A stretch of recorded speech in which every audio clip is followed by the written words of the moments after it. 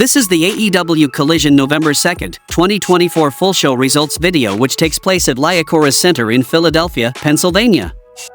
Tony Schiavone introduces new AEW World Tag Team Champions Private Party to the ring, and the ring is already filled with babyface teams like the Outrunners, Top Flight, FTR, and the Conglomeration. The heel teams are at the top of the entrance ramp, and Private Party says they are willing to defend the belts against anybody and everybody. They get in FTR's face, and the trash talk gets going, and the Outrunners calm them down and say it's time to party. The Acclaimed are interviewed backstage by Renee Paquette, and Anthony Bowens congratulates Private Party but says they are coming for those belts. Caster cuts off Bowens to finish his "Everybody loves the Acclaimed" line, and Bowens finds that Caster is still holding onto MVP's business card for the Hurt Syndicate. Bowens is confused about why he has that, and Bowens cuts off Caster and finishes his line this time. Then we saw a Day of the Dead match between Thunder Rosa versus Harley Cameron, and the result of this match was Thunder Rosa defeated Harley Cameron by pinfall when Thunder launches off a table like a ramp and dropkicks Trashcan covered Harley in the corner, and that's good enough to score the 3 count. Roderick Strong cuts a promo on Shane Taylor saying he will beat him for his first win towards earning a match against MJF at Full Gear. Lance Archer and Brian Cage interrupt to trash talk Matt Taven and Mike Bennett. The next match happened between Kyle Fletcher versus Commander, and the result of this match was Kyle Fletcher defeated Commander by pinfall when Fletcher recovers and nails him with a sheer drop brainbuster and drops Commander headfirst on the turnbuckle out of a brainbuster and scores the 3 count.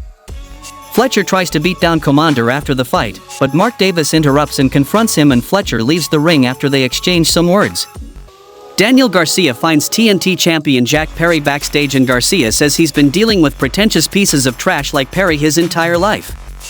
Perry said he's already fought for everything that Garcia thinks he's fighting for right now, and the fans turned on him anyway. Perry says Garcia is afraid to sacrifice everything he loves, and that's why he is not ready to become champion. The next match happened between Brian Cage and Lance Archer versus Joey Keys and Sean Smith, and the result of this match was Brian Cage and Lance Archer won the match by pinfall. Archer and Cage continued destroying the jobbers with more finishing moves until the Undisputed Kingdom comes out for the save and runs them off with chairs. Kyle O'Reilly is looking on at a monitor backstage, mulling it all over.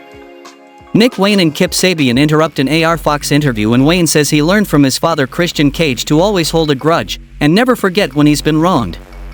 This is a reference to when Fox and Swerve Strickland attacked Wayne at Buddy Wayne Academy last year, and Fox says they'll fight about it next week on Collision. Chris Statlander is pissed off about Mercedes Moné laying her out on Dynamite, and she says Mercedes is afraid of her, and she should be, because Statlander is taking her TBS championship at Full Gear. AEW World Champion Jon Moxley enters through the audience, accompanied by Wheeler Yuta and Marina Shafir. That's where he cuts a promo on Orange Cassidy, and the question isn't if Orange can beat him for the world title at Full Gear, it's whether Orange can even make it there with his mind and body intact. He puts over Wheeler Yuta as an honest, hardworking person who does his job and puts his ego aside for the greater good, and Moxley would do anything for him. Moxley says Wheeler represents a Philadelphia hero, and Action Andretti's entrance music plays and he enters the ring. Action says he's the one who embodies the Philly fighting spirit, not Wheeler, and he's here alone and ready to throw hands with any single one of them. Pac suddenly attacks Action from behind, and a referee comes down to the ring, and Moxley also walks down to ringside for this impromptu match. Then we saw a match between Pac versus Action Andretti, and the result of this match was Pac defeated Action Andretti by submission when Pac hits a superplex and locks in the Brutalizer for the tap-out victory. Pac turns it into a choke and refuses to break the hold, and Orange Cassidy appears in the audience with a mic.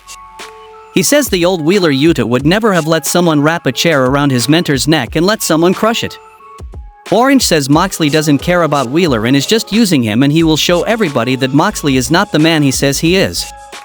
Cassidy will bring back the old Wheeler Yuta and the AEW World title when he beats him at Full Gear. Moxley slaps Yuta in the face and sends him to go after Orange, and Yuta has the chair and confronts Orange, who just stands there with his hands in his pockets.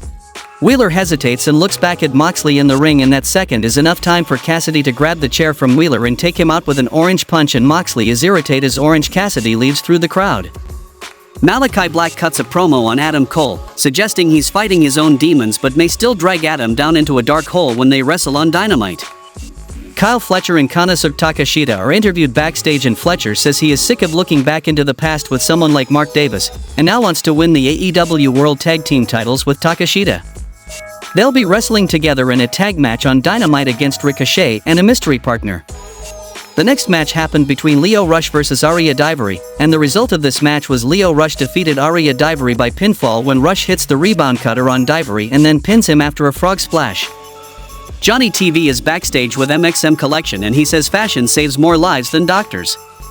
He says MXM have it if they ever want a collab, feel free to slide into his DMs and both parties exit scene in style. The next match happened between Roderick Strong vs Shane Taylor, and the result of this match was Roderick Strong defeated Shane Taylor by pinfall when Roddy dodges the package piledriver and knocks Taylor out with a rising knee strike for the pinfall win. MJF is watching on from his home as the Undisputed Kingdom celebrate Roddy's first win towards earning a match at Full Gear against him. Then we get an announcement that Mina Shirakawa is coming back to AEW. In the main event of the show, we saw a match between Mariah May vs Anna Jay for the AEW Women's World Championship, and the result of this match was Mariah May defeated Anna Jay when Mariah stuns Anna on the ropes and then locks her down on the mat for pinfall win and retain the AEW Women's World Championship.